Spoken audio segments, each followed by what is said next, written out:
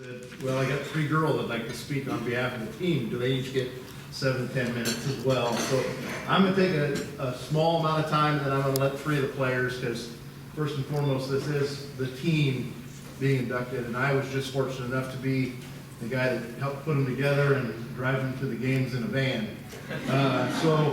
First I'd like to just thank the foundation for putting this together, the members of the Hall of Fame Selection Committee, President Dan and wife Elaine, and all the other members of the administration that are here, and to my fellow members of the athletic department. I will keep this brief, might be one of the briefest times you hear me speak. This is extremely special for me. I have been at Peru for quite some time, and I've seen a lot of these banquets as a guest to watch, and I've always been in awe of all of the inductees and the stories they told, and the passion and the hard work and the dedication that they had about Peru State College. And when I was hired, I was told by the vice president at the time that don't plan on being here very long. Peru's just kind of a stepping stone place, and most coaches just come and go. Well, I've been here for 23 years, so I can't find which direction of the stepping stone I want to step off of, I guess. So,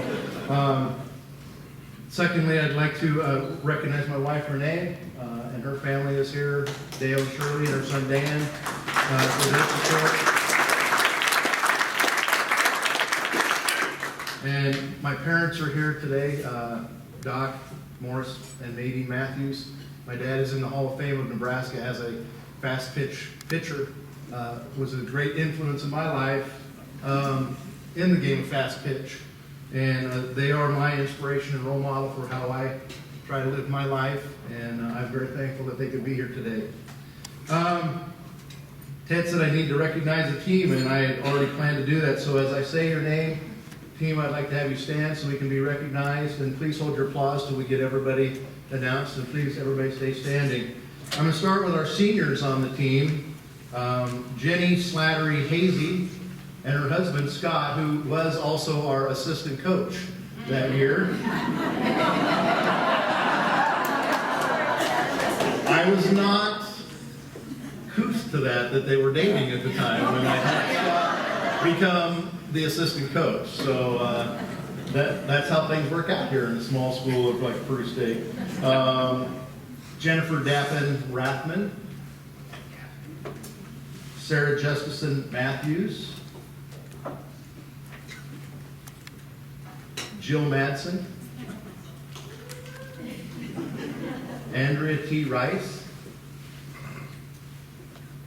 and Dawn Miller Patterson. She's not able to be here. Those are our seniors. Our juniors, Carrie Brant Evans, Carrie Ortmeyer Thomas, Rachel Duty Richardson, Kelly Muley Volker, and Leah Bosher. And our freshmen, the team had no sophomores that year. Our freshmen, Chrissy Tatum Larson, and Melissa Barton and Janine Soik-Thieler are not able to be with us tonight.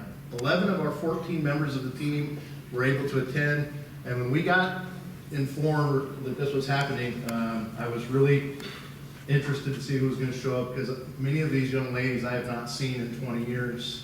And so this is really, it's been so much fun the first hour, just seeing them and reminiscing in a very rapid fire way the pictures they've produced. Good thing we didn't have Facebook back then.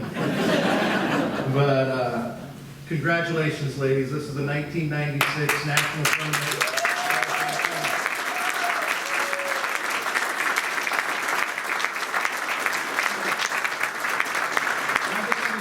Review of how this team came together. You can be seated, ladies. Thank you. This is a team that kind of came together over a 3-year span.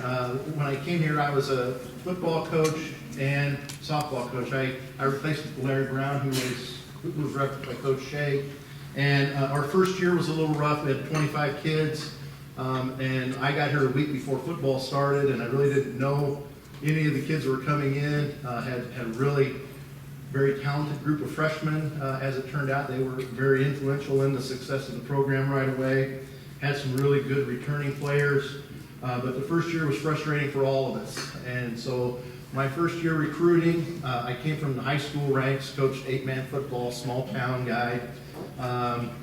Didn't have a lot of guidance, and so I sent a letter to every junior college in the country saying I wanted to improve my softball program. And I got 3 girls that year, Dawn Miller, Jill Madsen, and Andrea T. Jill and Andrea came from Chaffey College in California, and Dawn came from Phoenix College and was a first-team junior college All-American. And she came for a visit, which was kind of crazy at the time, and she fell in love with the place because the fireflies were all out in the ditches. And when I first met her, she had a jar of fireflies. She's like, "These are the greatest things ever, Coach." And it was kind of odd because I took her out for a tryout, and I hit a ball at her, and it bounced funny in our wonderful outfield at the time, and it hit her in the forehead. And I thought, man, I really blown that.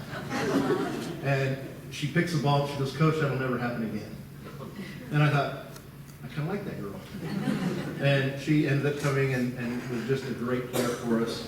But the first year that this group was together would have been the previous year, and we actually had a better record win-loss wise. We were 36-9.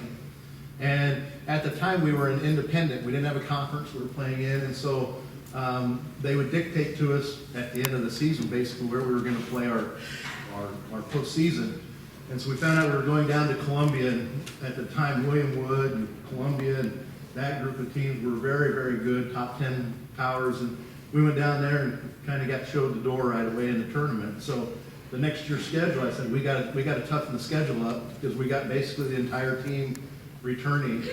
And then we added Leah Boucher to that mix, who was also a teammate of Jill and Andrea Chaffey for the next year. And record wasn't as good percentage-wise, but we played a lot tougher schedule, setting ourselves up to be ready to go down and play those teams that beat us the previous year. Well, then they told us that our sectional was coming back into the Midwest part, so we ended up playing at Hastings, which was a lot of teams that we had played during the year, and ended up being fortunate enough to win that. And I don't remember if it was on the way back from there or on our way to the national tournament. Scott always rode shotgun for me in the van, and he goes, "Coach, you know you just won your 100th game." I'm like, "No, when did we do that?" He goes, "In the regional championship." So that was kind of special. He was the numbers guy. He always kept track of all the stats, stuff like that. So in my first 3 years, I was able to get 100 wins with this group. But overall, this team has 2 people that still hold records. We still hold a record for single season leader with Dawn Miller for triples, and Andrea T for the most wins as a pitcher in a season are still held by our individuals on this team. And as I was looking through today, kind of trying to summarize some stuff, there's only one category that we keep statistics in that we don't have a representative of, and the girls will find great humor in this. We don't have anybody in the walk category. And if you know anything about this team, we weren't known for watching a lot of pitches. They were very aggressive at the plate, and they hit with great power, as you can tell, with the doubles and triples and the home runs, all the people there. So this team had great defense, really good offense, and our pitching did what they needed to do. They both kind of kept the ball down and let the defense play for them. And they really stuck together. They had fun on and off the field. It was always kind of fun. I know Jenny's going to be one of our speakers, and she has a file folder of the whole speech she's written out. She's our organized player. And I'm going to have Carrie Brandt, who's going to speak a little bit, and then Joe Madsen can speak a little bit. They might talk about some of these fun stories. But I still remember when we played Briarcliff, Joe was known for her bright red lipstick. And Briarcliff was our big rival at the time. We played them in tournaments back when we still played tournaments where you'd actually win trophies. That doesn't happen a lot now. You just go and play games. And we had played Briarcliff in about 3 tournaments, and we're always in the championship game with them. We go up there to play a doubleheader. Their team walks on the field, they all have bright red lipstick on. And if you're athletic, that's kind of a throwing down the gauntlet. Bring it. Well, we brought it. They brought it. And they had a girl run through first base, and we felt they kind of threw a little elbow at our first baseman. And we had a little freshman pitcher at the time. This was been the year before this. We had almost a bench clear. And so she picks the ball up and gets in the circle and looks at the next batter and goes, "I get to throw this at you." Umpire calls timeout.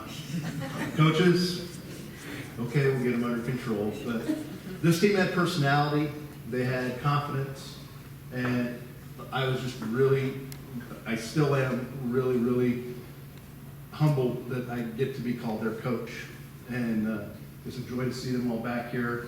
And I would just love to be, I'd like to thank everybody for now being brought into what I call a legacy of what Peru State College athletics is becoming a part of the Hall of Fame group, sorority, fraternity, whatever you want to name it. It was a great, humbling experience for me now to be able to say that I'm a part of that with a team that means so much to me in my career as a coach.